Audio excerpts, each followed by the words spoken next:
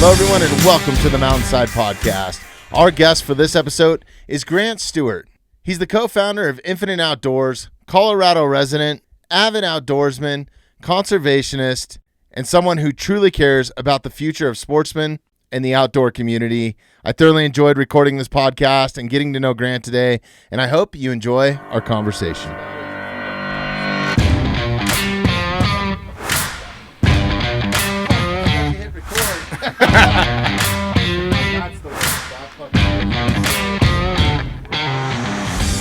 Grant, how are you, man? Oh, I'm doing well, man. Good. Just the old travel from good old Stratton, Colorado, making it out here. Way out there. Oh, yeah. It's almost Stratton, Nebraska, right? Kansas, basically. Kansas, that's right. I always get those mixed up because it's out there. Past the airport. I always joke that the airport is in Nebraska. Most people call it Kansas or Nebraska, yeah. Yeah. Farmland and pasture and prairie. Yeah, man.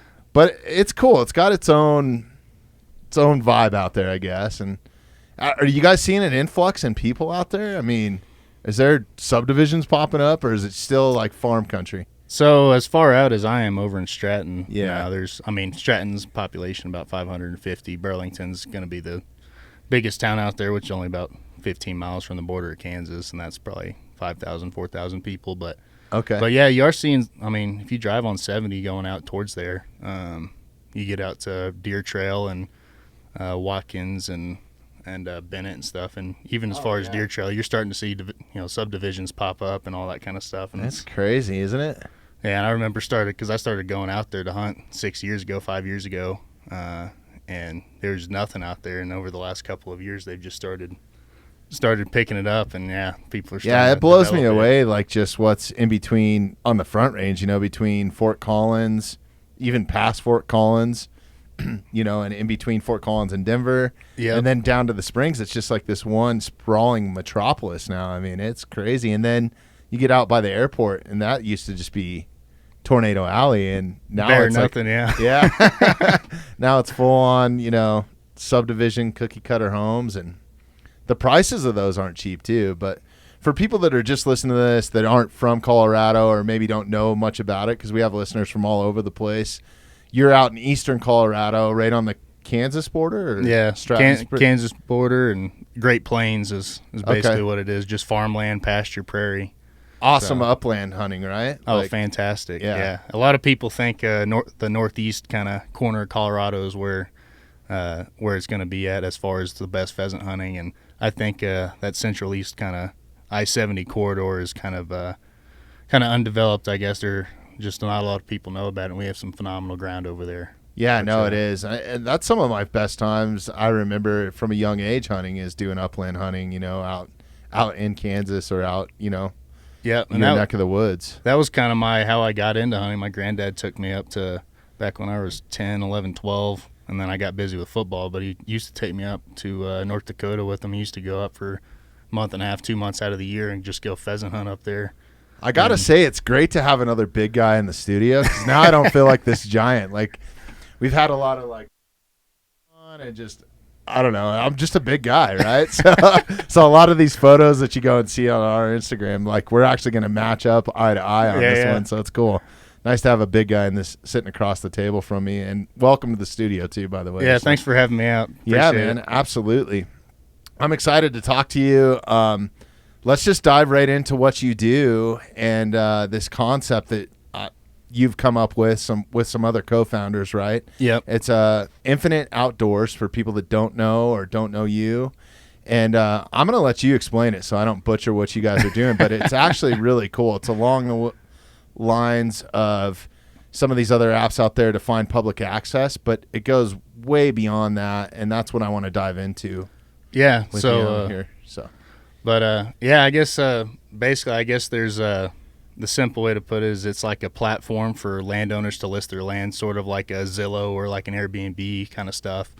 And it allows outdoorsmen just easy access to private, quality private, land opportunities for everything from, fly fishing in the mountains to upland hunting in eastern Colorado to waterfowl along the Front Range here in Colorado.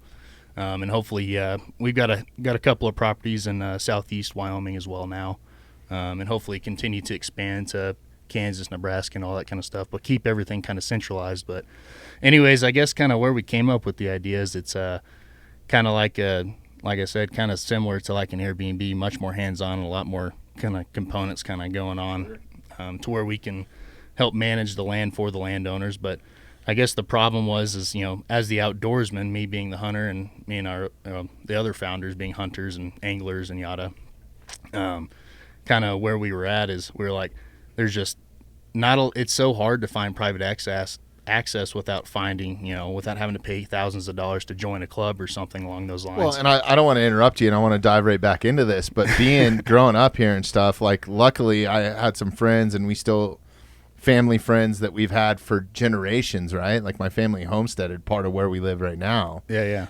And we've had access to their land to hunt for that many years. But to go knock on somebody's door and ask for permission to hunt, you don't know. I mean, if you're going to go hunt on their property, it's going to be rural. They're going to have a lot of it. You might end up with a shotgun in your face. You don't know what kind of reaction you're going to get. Yeah, right? You never know. Yeah, so this is kind of a cool middle ground, and it's what really sparked my interest with you too. I think it's a great concept. So I'm going to let you keep going here. But yeah, but basically we said there's just not a lot of without having to pay a lot of money to be able to go find quality private land access. You have to join these clubs or whatever it may be, or pay an outfitter. And a lot of people have the knowledge and they have the equipment or the decoys or whatever it may be, dogs, to be able to go do this themselves. The only thing they're missing is just that access. And it's like, everyone's got a full-time job. Everyone's got a lot going on. You can't go out of your way to go knock on doors or call people or whatever it may be. So basically that's what we kind of do is we, find the landowners, we partner with them. They list their ground or their, river or whatever it may be on our platform. And then the outdoorsman, all you have to do is just sign up through us. And it's just a $25 annual fee. And that the initial proceeds of that fee go directly to the conservation or nonprofit organization of your choosing. And we partnered with a whole bunch of different kind of conservation groups. I'm actually the president, and we actually our Infinite Outdoors team manages a Pheasants Forever chapter with help of a lot of other people as well. Which is a great organization, by the way. All those like Ducks Unlimited, Pheasants Forever, all that sort of stuff they do good stuff.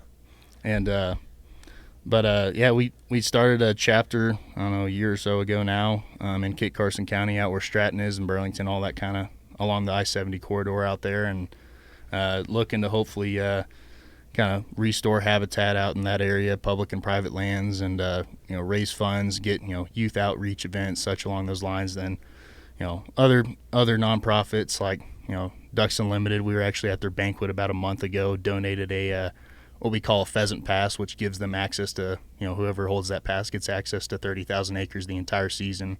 Wow. To be able to go pheasant hunting. That's all out by Stratton, Vona, up by like Anson, Colorado, which is just north of there, about 30 miles or so. But are most of these properties in the state of Colorado currently? And you guys have, I was noticing just doing a little bit of homework and kicking around on the site, was you guys have some big game stuff. You guys have some stuff that's in the high country. It's listed by game units, which is cool too. And that season's right around the corner. Yep. We kind of have a plethora and kind of a variety of everything, and looking to, we have a ton of access in eastern Colorado for big game and stuff along those lines, and try and provide as many do-it-yourself opportunities, keep people out. It's more of kind of a limited kind of offer, to where we don't have a bunch of groups on one ranch at one time. It's going to be one group to yourself, whoever, if it's one person or if it's... So once you rent it, you're not renting an Airbnb with somebody like sleeping in the bed next to you, basically, right? Like, once you rent it, the property is yours for the amount of days that you rent it. Yeah, that's correct? Exactly right. Okay. Yeah, and kind of there's other clubs that will have other, they basically say a certain amount of groups can be out there on the property. And I don't know, to me, I think part of being in the outdoors, there's an aspect to the hunting and fishing side of things, but just being outside, being out in the middle of a field, pheasant hunting, just, stop and look around and you're like, just beautiful. You see the sunrise come up, you see a pheasant flush, whatever it may be, deer running around. For me, that's what it's all about, man. Like, and that it's been passed down through generations in my family, and I'm hoping to pass it on to my son and Yep. future generations. And honestly, that's one of the reasons why I started this particular podcast, was to kind of raise some awareness just about how public lands are being treated, the influx that we are seeing in these rural areas, not just in Colorado, but the Rocky Mountain region as a whole, or it could be even the Smokies, Appalachians, it could be outside of the country too. I think people are finding out we just live in a different world now. It's a lot more, people can work remote and have stellar jobs, and they don't have to go into an office every day. They can do it from their living room. Yep. And they can live in northern Montana or, the middle of nowhere if they wanted. So I think you're definitely seeing that, which is then in my eyes, or kind of what I've kind of run through in my brain and tried to figure out is like, why is this influx so much? Because people are here. You want to go out and experience. Now people actually have the opportunity to maybe go out and hunt, to whereas if they lived in a rural city or something at some point, it's still, you had to travel to go do it. Now it's at their back door, Yeah. So I'm definitely seeing, like, if you go into an open over-the-counter tag game unit during elk hunting season, and it's anywhere within 150 miles of the Denver metro area, you're going to run into way more hunters than you are elk. Yeah, good guaranteed. So I think that this is cool. I mean, as this thing grows and expands, I think you guys are going to crush it, man. Yeah, and I guess another component just about our platform is not only, if you go and click on a property, it'll show property boundaries, property description, whatever it may be, and just provide more info on it. And then on top of that, it'll show all the geofence boundaries on where the property is located, parking areas, access points, where the pit is located or blind, stock tanks, watering holes, anything along those lines, especially in eastern Colorado, right? Yeah. That's where you don't want to shoot somebody's. But it's trying to, and then on top of that, we have a mobile app. You download the mobile app, you get access to be able to see, you book an adventure through us, you get, this property per se. It shows, whatever it may be, it shows the whole property boundaries. You know exactly where you're standing because you have your GPS location. You know exactly where you can be and where you can't be. On top of that, we show public and private lands throughout Colorado as well. And then we show public lands across, 20 other states or something along those lines, just kind of basically the western United States.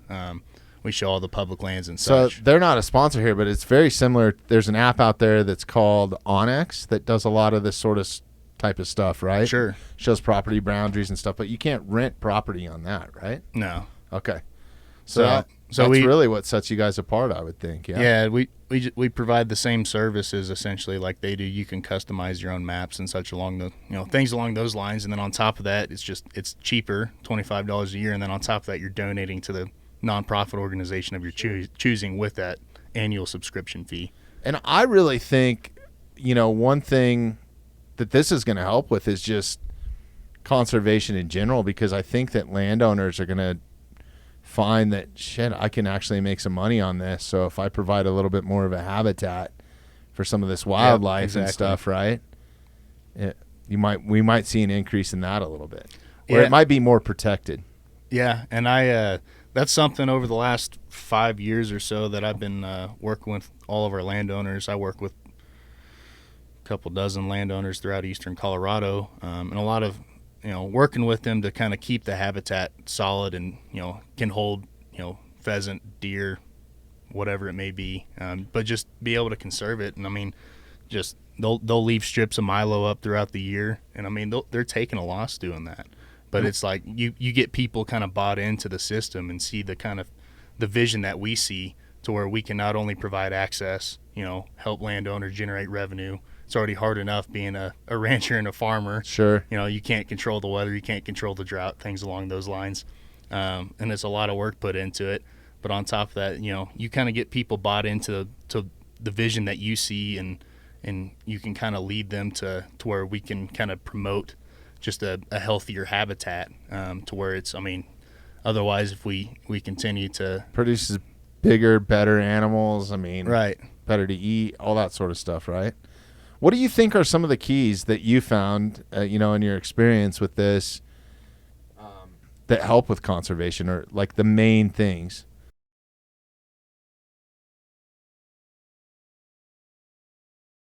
I'm going to let you dive into that because you're the expert in it. I wouldn't call myself an expert, but you got some experience in it, that's for sure. Sure. I think probably the biggest thing is that you have to get the landowners. Sure. You have to capture their attention, right?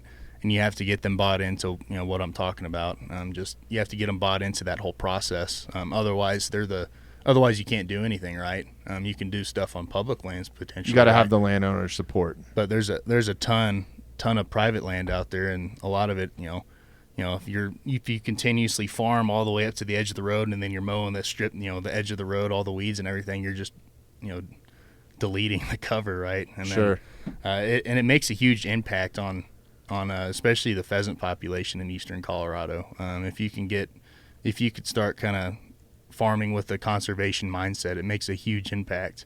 And then on top of that, you can generate extra revenue as a landowner. But I would say the first thing is going to be, one, getting the landowners bought in, and then the second thing is just making these connections we're trying to make and trying to partner with all of these different organizations to where they're the experts, and then we can merge those two together. We have the landowners. So you guys are working with biologists and that sort of stuff too. Yeah, too, right? And as we continue to grow, that's something we'll continue to work with. One of the landowners I actually met with about an hour ago. He's got some river bottom property on the South Platte, and he actually does for a living. Actually does restoration projects and grows riparian and wetland vegetation, and then he goes and works on all these projects, whether it's with private landowners, whether it be in the mountains or the plains, or he's worked all over the West. But that's something we're exploring, is trying to partner with one of these organizations that does these actual restorations,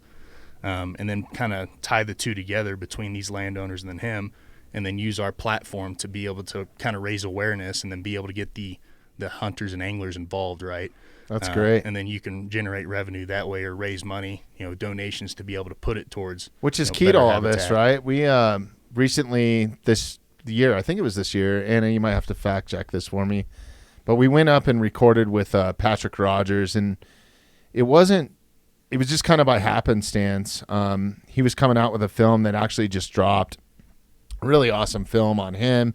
He's an ultra runner, but he also went to the University of Wyoming for biology and wildlife biology specifically, and he's part of the migration initiative.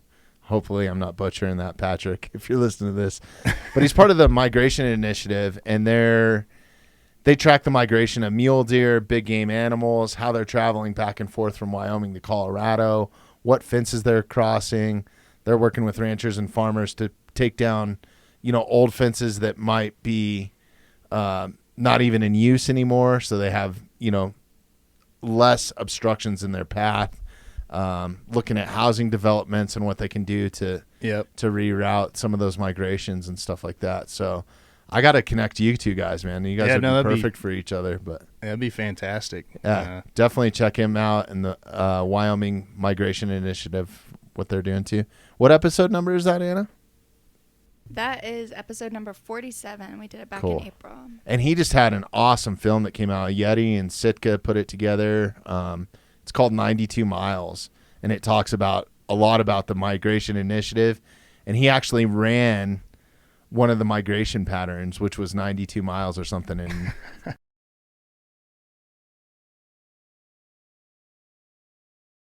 it's a great film, really well done.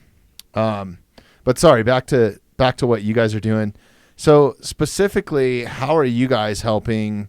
You said some of the revenue goes back to conservation and that sort of thing. So is that how are you guys splitting that up, or how does that work? Basically that $25 membership fee, that initial one, just goes directly to, and the outdoorsman actually selects, which conservation group or nonprofit they want to donate to. Oh, cool.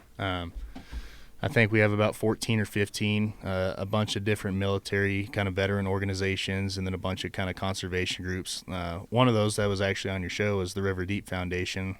Absolutely. That's who connected us, was Bob Adwar. Yeah. Shout out to Bob, man. He's a great guy. He'll give you so much shit, though, man. He does. Have you hung out with him? Yeah. I know you've been at a couple of their events. Yeah, fortunately, I go out and try to help them, and I try not to make it a public thing. As much as I want to raise awareness for them, I'll name drop them on here, but I try not to do Instagram stories of what we're doing. You know, I just want those people to be able to enjoy it. But what a great organization, and what a great guy Bob is, man. Yeah, and you got to meet Chuck too, didn't you? Oh, yeah, Chuck's awesome. We had Chuck in here actually on the podcast as well, and his dog Token, and his wife Susan was here. I think it's his wife. Yeah. So, yeah, great people, man. That whole organization's awesome, and what they do, and just I love their philosophy. It's although they do cater to the veteran community, that's not the only community that they cater to. Yep. It's all walks of life, basically. Like, if you need help, they're going to help you get outside and figure out a way to do it. They have, people from Craig Hospital. They got people from Fort Carson. They got people all over, man. Yep. Which is really cool. They've actually got one of their alliances is the Quality Life program, Quality Life Plus program. And they've actually got we call it capstone projects, but they've got a capstone project, kind of like a senior design project at School of Mines where I went.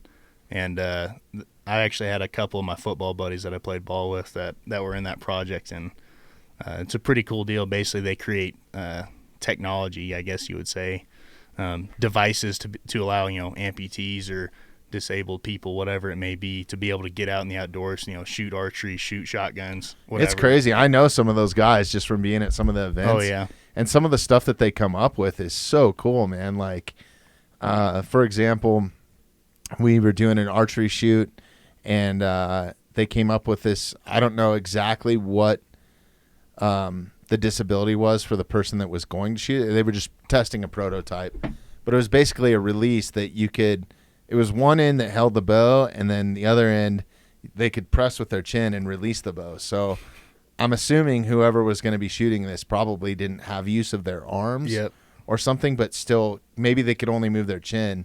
And they will get you, like, there's no limitations. Like, I think a lot of people with those sort of disabilities just kind of like, oh, I'm sorry, you can't do that. And River Deep doesn't take that approach. They're like, no. We're going to get you in the middle of that river. Whether it takes, this track chair to get you out there, we're going to get you out there, and you're going to catch a fish, and I love that. I love that whole approach that they will come up with a way. I mean, for example, one of the things that Bob and I talked about when he was in here was they did, I think it was an upland hunt, and they had guys that were quadriplegic. So basically all they can move is their mouth shooting shotguns at game. Oh, yeah. Which is pretty cool. And I think School of Mines is heavily involved with that, engineering those parts and pieces to make all that stuff work. Yeah, I think they do 2 projects a year or something along those lines, and it's a full-on kind of deal. You start, in the fall, and then it ends in the following spring or whatnot. But yeah, they usually do a couple of projects, and there's a lot of parts and pieces and stuff going on with all that kind of stuff. Oh yeah, no, great organization. Shout out to River Deep. Definitely go check them out. I think it's riverdeep.org. And they, like you said, I don't know what you would call it, their umbrella, but they're affiliated with a bunch of other nonprofits, alliances, right? Alliances, that's what it is. It's the River Deep Alliance. So definitely check that out, especially if you're looking for a good organization to donate and you want to see the money actually getting used for good stuff, that I would suggest them.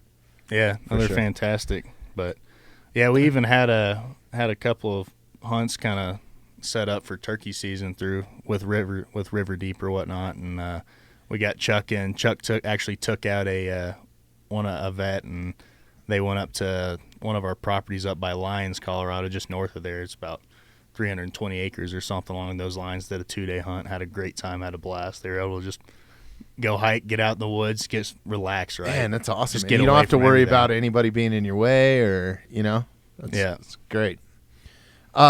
What are some of the other alliances or nonprofits that you guys work with or that you can donate to through your app with your membership? Yeah, I'll see if I can try and remember them all, but Rocky Mountain Elk Foundation's one, Mule Deer Foundation's another, like I said, Pheasants Forever, Ducks Unlimited, Trout Unlimited, We've got a group. They're based out of Bozeman, I believe, out of Montana. It's called Casting for Recovery, and basically they kind of schedule adventures throughout the western United States for fly fishing for ladies who have had breast cancer. So they get groups out like that, and so we've kind of partnered with them. I think back in October or something along those lines, and there's a lot of other ones. Sure. I think there's 14 or 15 or something. There's a handful of other groups. The best way to find that, basically, when you go and sign up for a membership, your $25 is going directly to whatever one of those that you choose, correct? Yep. So basically, the process, you get on the website. There's a little login button. You click on that. It says sign up. Go ahead and sign up. You just plug in your email address, create a password, and then it takes you to kind of your profile page, and then it kind of gives you a step-by-step as far as how to actually sign up. There's a membership application is what we call it, and basically just it's kind of a questionnaire. You plug in other info, because basically what happens is you plug in, you'll have your email address, vehicle, license plate, that kind of stuff. And the reason being is so whenever you book an adventure, that information gets sent directly to the landowner so they know who to expect out there. Makes sense. And it kind of keeps them in the loop and all that good stuff. So then they're comfortable knowing, okay, I know, there's going to be, John Doe and three other buddies are going to come out and goose hunt in my field or whatever it may be. And here's their vehicles. So it kind of gives them an idea on who's going to be out there. Perfect. And the website, real quick, just for our listeners that are interested in this, it's infiniteoutdoorsusa.com. Yep. Perfect. All right, cool. Yeah, definitely go check that out, especially if you're into any sort of hunting or fly fishing. And it's really affordable, man. To get on some private land, it's pretty affordable, to book a day trip or a couple days or whatever. Yeah, it's not that bad. Fishing's around like $50 a person or something like that, and you get a full day of fishing to yourself and whoever else you invite. And kind of waterfowl hunting's anywhere from $60 to $100 or something along those lines. And basically, we're just trying to make it affordable, sure. To where that not everyone knows that they're going to be spending hunting 50 days a year, and it doesn't make sense to go join a club to where they're going to pay $3,000 or whatever it may be. So it's a little more like, well, I can pick and choose all these different properties to go hunt or fish on or whatever it may be, and I don't have to throw out $3,000, $2,000, whatever it may be, that upfront sum of money, and who knows how much I'm actually going to get out and hunt and fish. That's awesome. And I love that a percentage of it is going back to conservation and all that sort of stuff too, and these nonprofits. I think it's a fucking great idea. How did you come up with this, man? Like, what spurred this? Was it somebody sitting around drinking beer? It always kind of seems how it goes sometimes. Pretty much, yeah. I'll kind of go into kind of the founders. Originally, so there's 4 founders. We all graduated school mines together. Sam is our CEO. I'm the COO. And then Ryan Buck and David Ryan are 2 developers. Ryan and Sam played football with me. We played together at Mines, and then what year was that? I graduated in December of 2019, so the fall of 2019. You threw me off with that beard, man. You got a man's beard right there. Congratulations on that. But gotta hide the baby face. So I'm just thinking back. I mean, you guys were a powerhouse there at School of Mines a little bit. Yeah. During those years, yeah? Yeah, we 2016 started as a redshirt freshman, and that's actually when Sam, you can double redshirt in Division II. So he was a 6th-year old man senior. I always give him crap for it or whatnot. And he was my running back, and I played center. And it was basically like, well, who else hunts on the team? And it was like, well, Sam likes to hunt and Grant likes to hunt. So then we just started going out, and he kind of showed me the ropes of kind of hunting in Colorado and kind of Western hunting.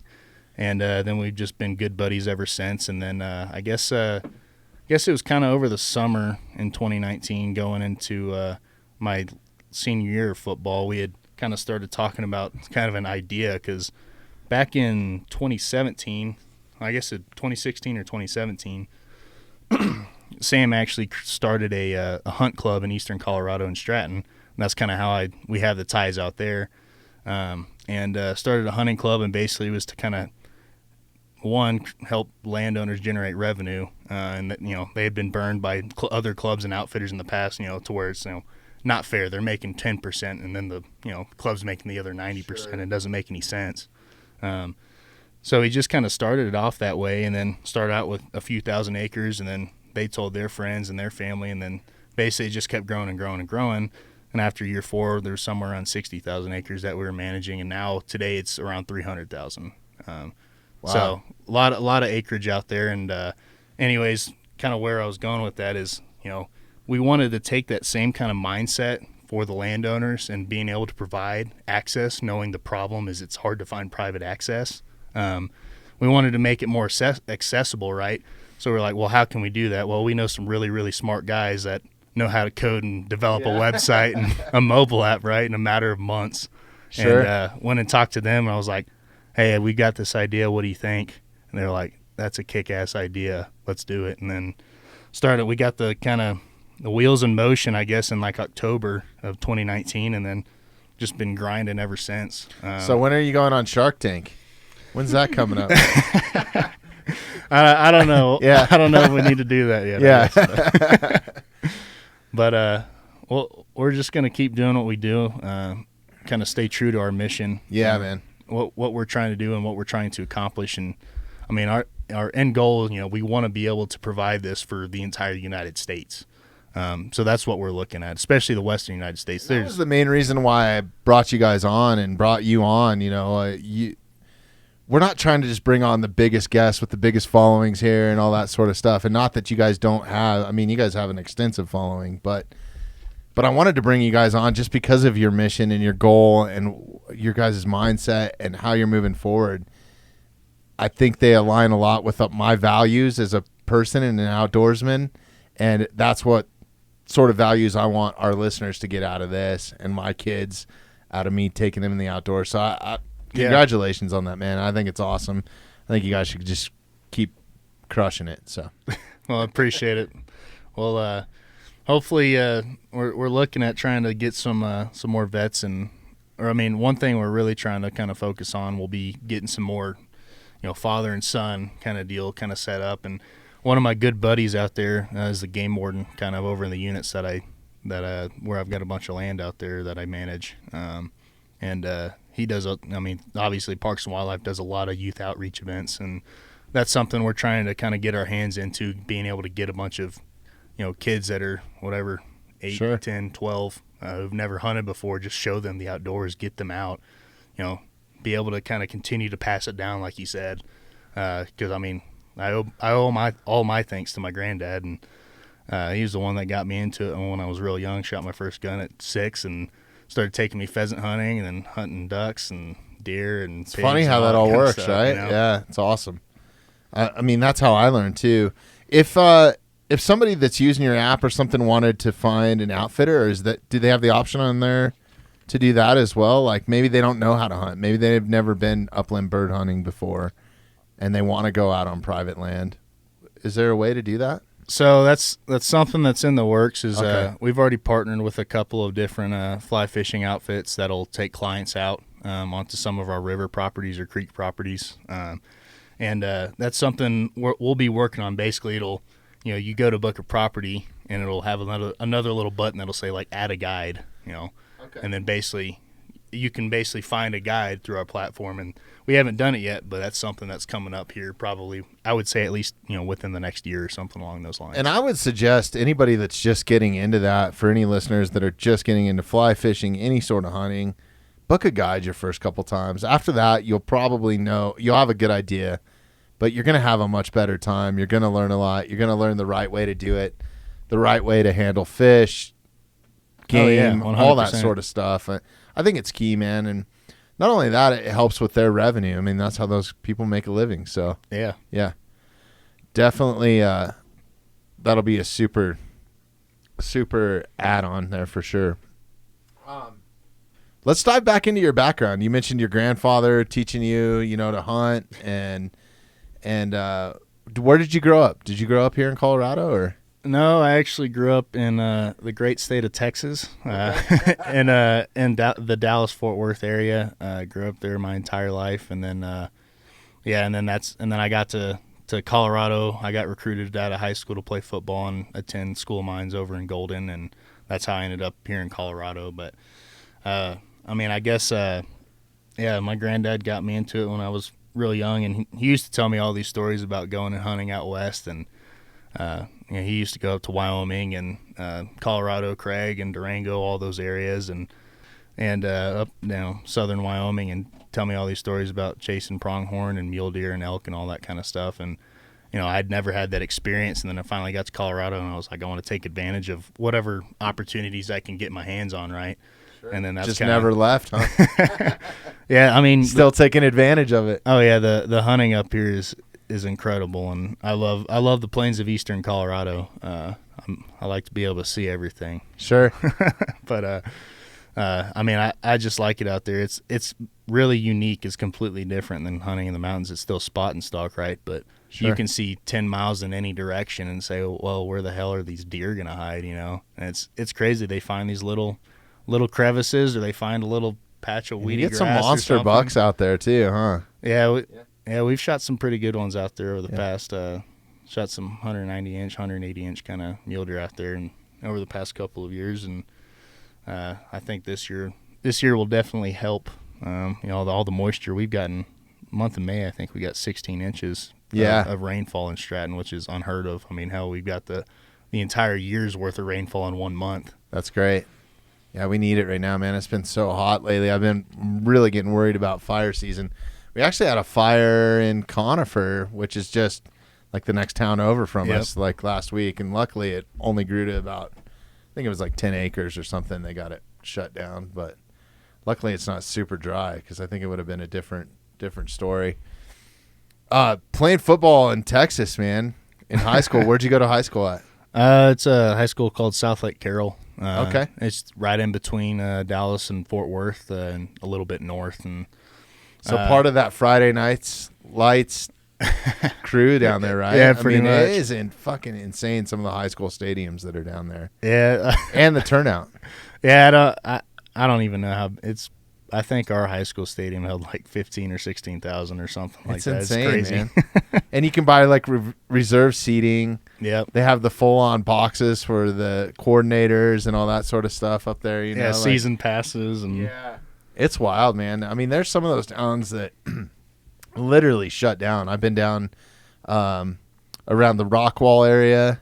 I don't know if you're familiar with that whole area, and there's 2 high schools in there, and the stadium that they just built out there is fucking massive. I think it holds like 20,000 people or something. It's insane. There's a lot of them that are pretty crazy. Yeah, and then it gets pretty wild, man. Everybody's got their cowbells and all that going too. So it's almost like stepping onto a professional, a collegiate level game. I mean, compared to going to like a high school football game here, it's a little bit different. Yeah, I think the biggest crowd I played in front of, both throughout my college career and my high school career, was my junior year of high school. That's awesome. We played at Cowboy Stadium in Arlington, and I think it was like 45 or 50,000 people that were there. That's crazy. We were playing Euless Trinity, and that's like South Lake and Euless Trinity are like one of the. I would probably say like one of the older rivals. It's like 2 big powerhouses, and 6A football, and in Texas, and I mean, there's a lot of people that wanted to come watch us play.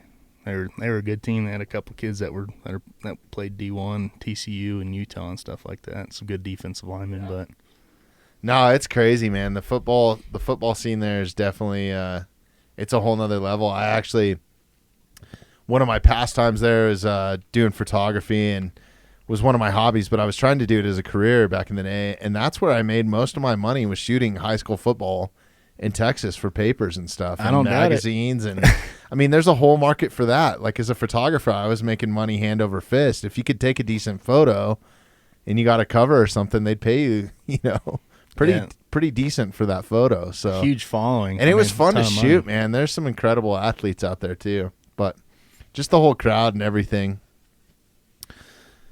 Was your grandfather around while you were in high school? Was he able to take you hunting then? Were you hunting like all the way up through high school and all that as well? Yeah, but playing football, it made life a lot more difficult and a lot more busy, especially during hunting season. But especially when you get to that collegiate level, right? Yeah, I probably skipped a little too much class, not gonna lie. Gonna spend as much time as I can chasing pheasants and mule deer in eastern Colorado. Sure.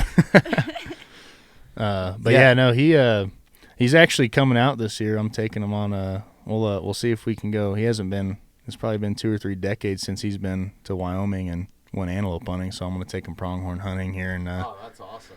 yeah, taking pronghorn hunting here in October during the rifle season over in eastern Colorado, and so I'm pretty excited about that. He still hasn't been up to Stratton yet, so I'm excited to finally show him the place. He's had a plethora of of surgeries over the past 5 years. So he played college football as well. So Okay. that's what I get to look forward Is to. he a lineman as well? Or? Yeah. Ah, right on. Yeah, he's a big Yeah. guy too. You look at my mom and dad and kind of wonder how they produced me, I guess. They're not the biggest people, So- but you see my granddad, he's a pretty big guy. I learned everything that I know about hunting from uncles. I didn't grow up with a dad, but luckily my grandfather was a huge influence on me. Took me out on some of my first trips. My uncles were super awesome because they were go-getter bow hunters back in the day, and still are to this day. And they really taught me everything I know. Did you feel like you kind of got that from your grandfather and dad and stuff? Yeah, I probably resemble my granddad more than anyone else. And, Uh-huh. I mean, both size-wise and then the way that I act and think. And just kind of, and he definitely played a huge influence on me. And yeah, I'm just thankful to be able to have the experiences he showed me. Without that, it's hard to be able to get out. It into really the is. outdoors. And I be mean, able to Anna hunt brought fish. up a really good point, when we were talking earlier about, a lot of our listeners, maybe they're just into mountain biking or something, but maybe they want to get into hunting, or some of our listeners have never hunted before. I get people that reach out to me all the time like, hey, I want to get into archery, or, take me elk hunting, or whatever, that sort of type of stuff. What are some things that you feel, spending as much time as you have in the outdoors and being in that space now? And I think your platform is really cool too, because I think a lot of people hit walls because they don't want to be embarrassed, right? Yeah. So they're nervous to walk into a bow shop for the first time, or to walk into a fly shop and ask stupid questions, right? And that's one barrier that we're trying to break down here. And I think one thing that you guys offer is you're opening up some private land to where they're not going to feel like, oh, somebody might be watching me do something stupid, right? Yeah. And this kind of goes back to like, hire that guide, let them teach you, you know what I mean? Don't be embarrassed. But what are some things, if people are just getting started, what would you suggest, that they get started with first? I mean, I think what you said, I mean, finding a guide or a good friend or something along those lines just to show you the ropes, kind of show you what to look for. And I think having the right gear is definitely essential to be able to, you don't want to go out in the backcountry with the wrong gear or with no gear, right? Otherwise, you're going to be in a pretty tough situation pretty quick, right? Get real dangerous, right? Yeah, do your homework. I mean, there's a ton of great podcasts out there now. It's not just ours. If you're into bow hunting, there's so many bow hunting podcasts. If you're into upland hunting, there's upland hunting podcasts as well. Yeah, I mean, there's a wealth of information at your fingertips. But don't believe everything you see on YouTube either all the time. But yeah, listen, I think podcasts to gather information. I mean, the best way to be able to learn how to do something is to actually do it right. Sure. And honestly, Right. and I think the next best thing is probably, I mean, especially podcasts. I mean, they bring on all these different people, right? You bring on all these different people, and they share their expertise and their knowledge. I mean, those guys are good at what they do. You bring on the Cameron Haynes of the world, or any of these other professional guys. They know what they're talking about. They've had all these experiences. I mean, listening to their experience and stories, it's like, and I guarantee they always talk about what to do and what not to do, right? Yeah. Or and I think just being able to like actually know someone, or either whether it's a friend or using an outfitter or listening to podcasts. And I mean, really, that's another reason I started this podcast, was to sit here and learn, and just converse with people. There's no better way to do it, I don't think. Yeah, there's like you said, plethora of knowledge out there. Yeah. But I do think just listening to kind of stories and stuff along those lines, that's the best way to learn. You hear about, something that my granddad always told me is like the old white T-shirt trick, or a T-shirt trick. Whenever you're hunting pronghorn, they see the white and then they get curious, really curious animals, and yada yada. And I run some guided hunts in eastern Colorado too, and most people don't believe it. It's always funny though. As the guide, what kind of camo do I need? You Yeah. don't need that Sitka camo, just the Hanes plain white T-shirt. Yeah, just bring a plain white T-shirt. Wear your orange with your plain white Yeah. T-shirt. And it's funny. We had one literally spot us from probably a mile away, saw us, and he turned broadside and he started looking at us or whatever, and then he just literally just full sprint. I mean, just Really? charged us. Came down into a draw, lost sight of him, popped back up, ran, and then got about 50 yards away from us, started just trotting real slow, stopped right broadside, and then we just toasted him right there. But it's like it's funny how it works. You just sit there, Yeah. you just turn broadside yourself wearing a white T-shirt, and you got to have your hunter's orange on too. But you just Sure. sit there and they see it, and they just get real curious, and then they get aggressive. It's right in the middle of the rut, and it's funny. It works. Yeah. People think it's crazy whenever you tell them, but it's something that I always get a little bit of humor out of it because it's just funny. It's great, those old tricks like that. I mean, that's how I learned how to Old-timey call stories. elk and everything like that was, from my uncles and stuff. Like, you don't just go in there and bugle, like, it doesn't work that way. You got to do it good, and you got to do it certain ways. There's certain patterns and stuff to it. So, yeah, no, I think, just educating yourself as much as you can. It makes, I try to educate myself every year, and practice I think is huge too, right? Like if you're going to go out and shoot an animal with a rifle or something, take the time to learn how to properly shoot, right? So you're not wounding that thing, and Yep. be a good sportsman. That's part of being a good steward of the land, and being a good conservationist and being ethical, I think is knowing your equipment and having good equipment that you trust, right?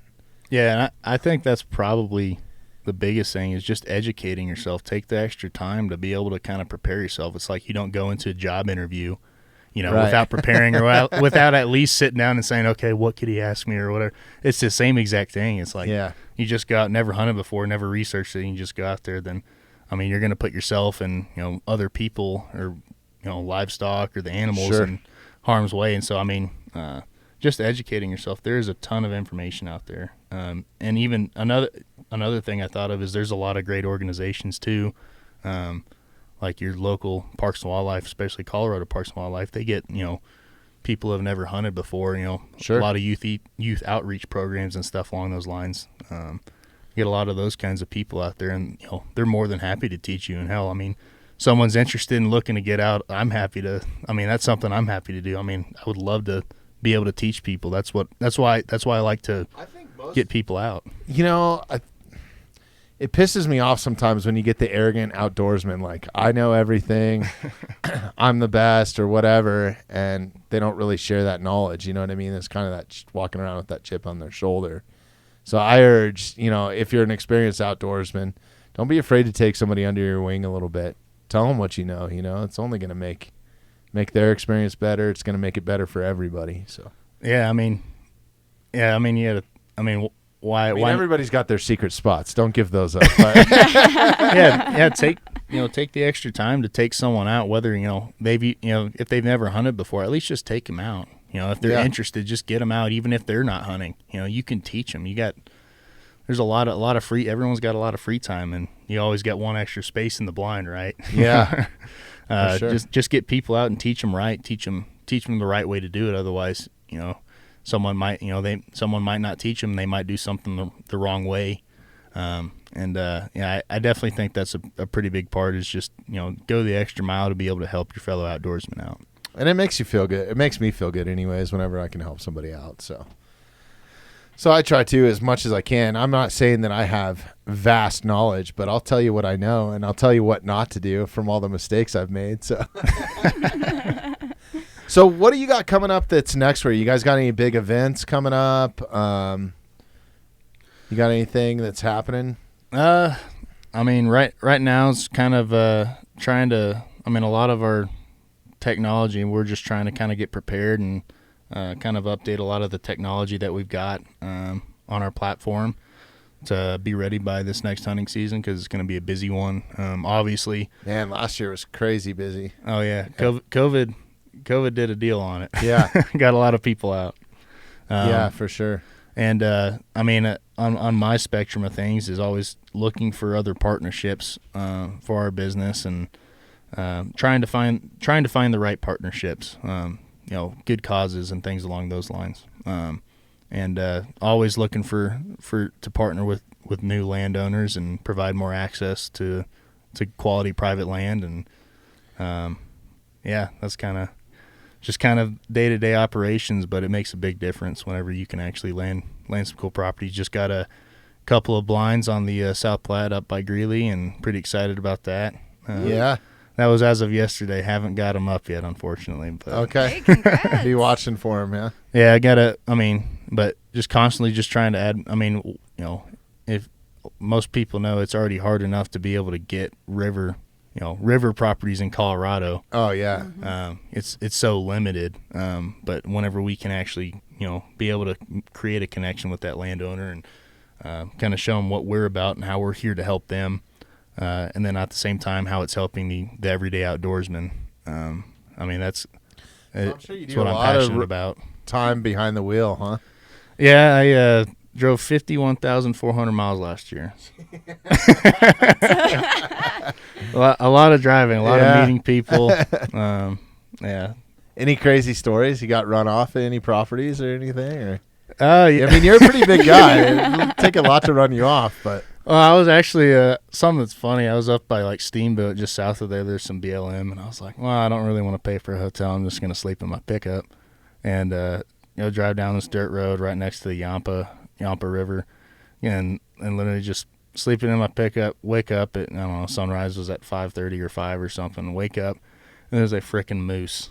I had my window cracked about 2 inches. There's a moose sniffing through my window. I was like, what the hell's going on? Oh yeah, I was pooping my pants a little bit. Oh darn right! Holy cow! I have a similar story. Me and an uncle up fishing. He's sleeping in his hammock, and a moose came up and like basically smelled his face while he was in his hammock. Yeah, pretty rough. They're big animals, man. They're huge. Yeah. You'd swear you saw Sasquatch when you see one of those. It's black and hairy. All right. Well, man, we're crushing the time here. You got to get out of here. I got to get out of here. But I really appreciate you making the trip up here, man. And I think it's great what you guys are doing. I want to have you back in the future. So let us know when you guys got events going on or whatever. And definitely go check this out. Let's tell the listeners, before we jump off here, you guys have Instagram page, you got websites, all that sort of stuff. Go ahead and drop all that. Yeah, website is infiniteoutdoorsusa.com. Instagram, I think it's infiniteoutdoors_USA. Yeah, I'd have to fact check me on that. Okay. Anna can look it up for us so we can get it down properly here.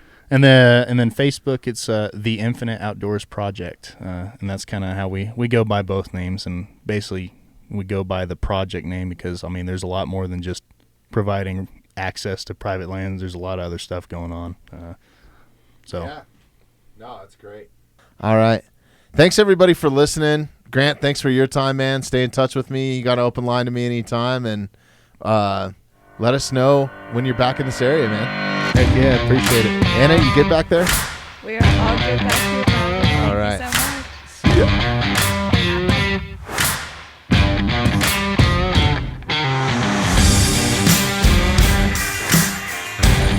Thanks for listening to the Mountainside Podcast. If you haven't had a chance to do this already, please take a moment, follow, like, subscribe, or rate on whatever platform you catch the Mountainside Podcast at. Also, if you'd like some more information on upcoming episodes, safety tips, access to all of our affiliates, and all the badass discounts that we get here at the Mountainside Podcast, check out themountainsidepodcast.com. We wanted to let you know that the Mountainside Podcast is now available on Patreon. If you'd like access to bonus footage, behind-the-scenes content, ad-free listening, and much more, simply find the link in our bio or visit patreon.com/themountainside. This episode of the podcast is brought to you by Onnit. Onnit is an amazing company based right here in the USA, helping humans reach peak performance mentally and physically. Listen, this is not just another supplement company with the same old, same old. Onnit's diverse lineup of products and supplements are backed by science and research, and that's what truly makes this company so amazing. Onnit offers supplements to help sports performance, energy levels, your mood, sleep, brain function, focus, immune system, digestive health, and that's not all. Onnit also has amazing fitness programs, equipment, apparel, and you can now save 10% on all of it. Just visit onnit.com, that's ONNIT.com, and use the promo code TMS at checkout to receive 10% off your entire order. What if I told you that creating an entire wood fire meal from start to finish was as easy as the flip of a switch? Well, with a Traeger wood fire grill, it truly is. Once you experience the Traeger wood fire taste and see how easy it is to use, you'll see why people all over the globe have stopped grilling and started Traegering. Believe me, if I can cook on one and make something taste good, anyone can do it. What has also helped someone like me master wood fire cooking is Traeger's 1,500 recipes available for free on their website or through the Wi-Fire app. I use it all the time. It's super simple to navigate. The thing I love about it is it's broken down into a bunch of different categories. So you're not thumbing through thousands of recipes trying to figure out what to cook. Simply just go on their website, go to the recipe tab, and it's broken down whether you're cooking breakfast, lunch, dinner, appetizers. You can break it down by the method of cooking, whether you're grilling, smoking, baking, roasting, braising, barbecuing, all the badass shit that you can do on a Traeger. They even have a diet tab. So whether you're on a paleo diet, vegan, vegetarian, all your recipes are right there to fit within your diet guidelines. Not only has Traeger made it super awesome and easy to get amazing recipes, they've made it super simple for Mountainside listeners to take advantage of exclusive offers and deals. All you have to do is visit themountainsidepodcast.com, scroll to the bottom of any page, and click the Traeger link. We are also brought to you by Drizzly. Drizzly is an alcohol delivery service that delivers booze right to your door. How great is that? They help us stock our mini bar here at the Mountainside Podcast. Drizzly is an amazing service that delivers beer, wine, liquor, your mixes, or whatever else you might need from the liquor store directly to your doorstep in as quick as 60 minutes from ordering. They have competitive pricing and use local businesses. So if you'd like to try Drizzly 100% risk-free, then all you have to do is open the show notes to this podcast right now, look for the Drizzly link, or you can simply visit themountainsidepodcast.com, scroll to the affiliates page, and look for the Drizzly logo.